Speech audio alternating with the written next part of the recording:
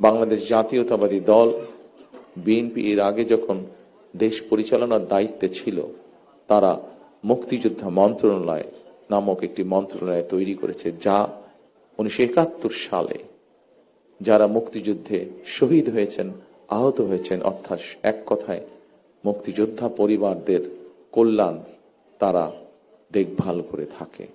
আমরা সিদ্ধান্ত নিয়েছি যে ইনশাল্লাহ বাংলাদেশের মানুষের সমর্থনে বাংলাদেশ জাতীয়তাবাদী দল আগামী দিনে সরকার গঠনে সক্ষম হলে এই শহীদ পরিবার যারা আছেন, জুলাই যোদ্ধা যারা আছেন, জুলাই আন্দোলনের যারা শহীদ পরিবার বা যোদ্ধা আছেন, তাদের যে কষ্টের কথাগুলো যে কয়েকজন ব্যক্তি, যে কয়েকজন মানুষ তুলে ধরেছেন কষ্টের কথাগুলো, এই কষ্টগুলোকে যাতে আমরা কিছুটা হলেও সমাধান করতে পারি। যাকে আমরা হারিয়ে ফেলেছি তাকে তো আমরা ফিরিয়ে আনতে পারবো না, কিন্তু যারা পেছনে রয়ে গিয়েছেন সেই পরিবারের সদস্যদের বিভিন্ন সুবিধা অসুবিধাগুলো যাতে দেখভাল করতে পারি এই মুক্তিযোদ্ধা মন্ত্রণালয়, কারণ তারাও একজন মুক্তিযোদ্ধা, তারাও আপনারা মুক্তিযোদ্ধা হিসাবে আপনারা গণ্য। 71 সালে এই দেশের মানুষ, মুক্তিযোদ্ধারা এই দেশের স্বাধীনতা অর্জনের জন্য জীবন দিয়েছিলেন, এই দেশের স্বাধীনতা অর্জনের জন্য যোদ্ধারা ত্যাগ স্বীকার করেছিলেন।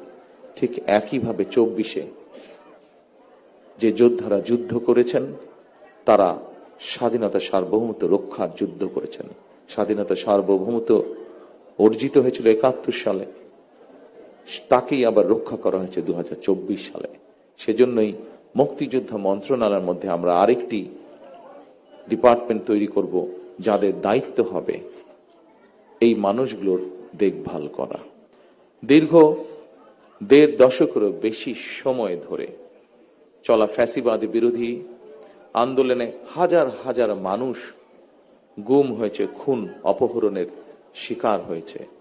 এইরকম অনেকগুলো পরিবারের সাথে গতকাল আমার কথা হয়েছে, দেখা হয়েছে। অসংখ্য অগণিত পরিবার সব হারিয়ে ছিন্ন বিচ্ছিন্ন হয়ে গিয়েছে। শুধুমাত্র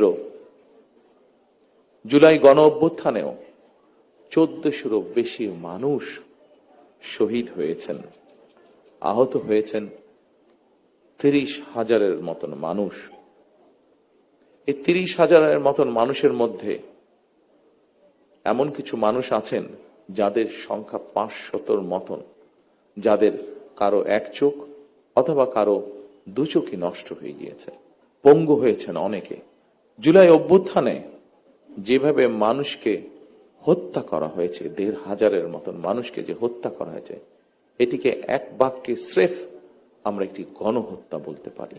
আপনাদের সাহসী ভূমিকার কারণেই যারা শহীদ হয়েছেন, যারা আহত হয়েছেন, আপনাদের সাহসী ভূমিকার কারণেই ফ্যাসিবাদী চক্র শুধুমাত্র রাষ্ট্র ক্ষমতা নয়, বরং এই দেশ ছেড়ে পালিয়ে যেতে বাধ্য হয়েছে। 2024 সালের 19 আগস্ট আমি আপনাদের ভূমিকার কথা স্মরণ করে একটি বক্তব্য রেখেছিলাম।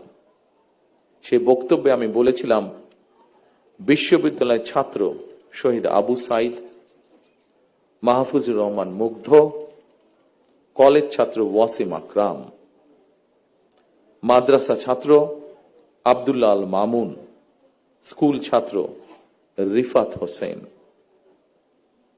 কুমিল্লার আইনজীবী আবুল কালাম, চুয়াডাঙ্গার রাজমিস্ত্রি উজ্জ্বল হোসেন, নোয়াখালীর দোকান কর্মচারী আসিফ,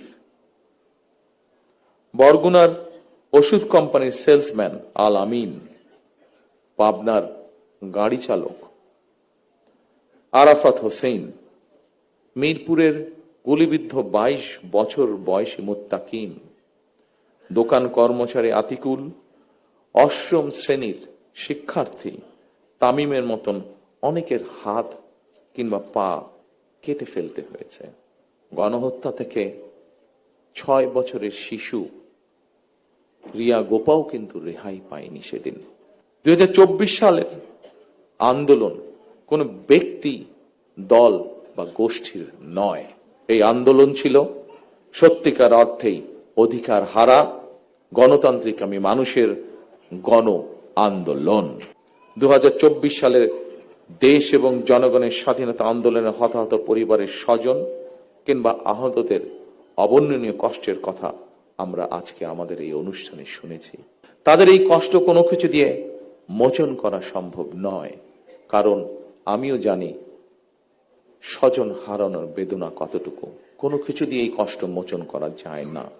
দুইভাবে আমরা গণ অভ্যুত্থানে আহতদের ক্ষতিপূরণ দেওয়ার চেষ্টা করতে পারি। এক, রাষ্ট্রীয় উদ্যোগে তাদের সর্বোচ্চ চিকিৎসা নিশ্চিত করা। দুই, প্রত্যেকটি মানুষের রাজনৈতিক এবং তার যোগ্যতা অনুযায়ী তার অর্থনৈতিক অধিকার নিশ্চিত করা। দীর্ঘ ১.৫ দশকের বেশি সময় ধরে ফ্যাসিবাদ বিরোধী ধারাবাহিক আন্দোলন এবং ২০২৪ সালে ফ্যাসিবাদ বিরোধী আন্দোলনে বীর শহীদ এবং আহত এবং হতাহতদের প্রতি রাষ্ট্রের অবশ্যই দায়িত্ব রয়েছে। জনগণের রায় বিএনপি রাষ্ট্র পরিচালনার দায়িত্বে পেলে অবশ্যই পর্যায়ক্রমিকভাবে আমরা আমাদের সেই দায়িত্ব, সেই অঙ্গীকার, সেই প্রতিশ্রুতি আপনাদের সামনে এবং দেশের মানুষের সামনে ইনশাল্লাহ পূরণ করব। ফ্যাসিবাদের রক্তচক্ষু উপেক্ষা করে গণ অভ্যুত্থানে যারা শহীদ হয়েছেন, যারা হতাহত হয়েছেন, তাদের উদ্দেশ্য কি ছিল? তাদের উদ্দেশ্য ছিল একটি স্বনির্ভর, একটি নিরাপদ, একটি গণতান্ত্রিক বাংলাদেশ গড়ে তোলা। একটি নিরাপদ গণতান্ত্রিক বাংলাদেশ প্রতিষ্ঠার জন্য আগামী জাতীয় নির্বাচন অত্যন্ত অত্যন্ত এবং অত্যন্ত গুরুত্বপূর্ণ। আমরা যদি একটি নিরাপদ গণতান্ত্রিক বাংলাদেশ প্রতিষ্ঠা করতে ব্যর্থ হই আগামী দিনে, তাহলে এভাবেই আমাদেরকে শোক সমাবেশ আর শোকগাথা চলতে থাকবে।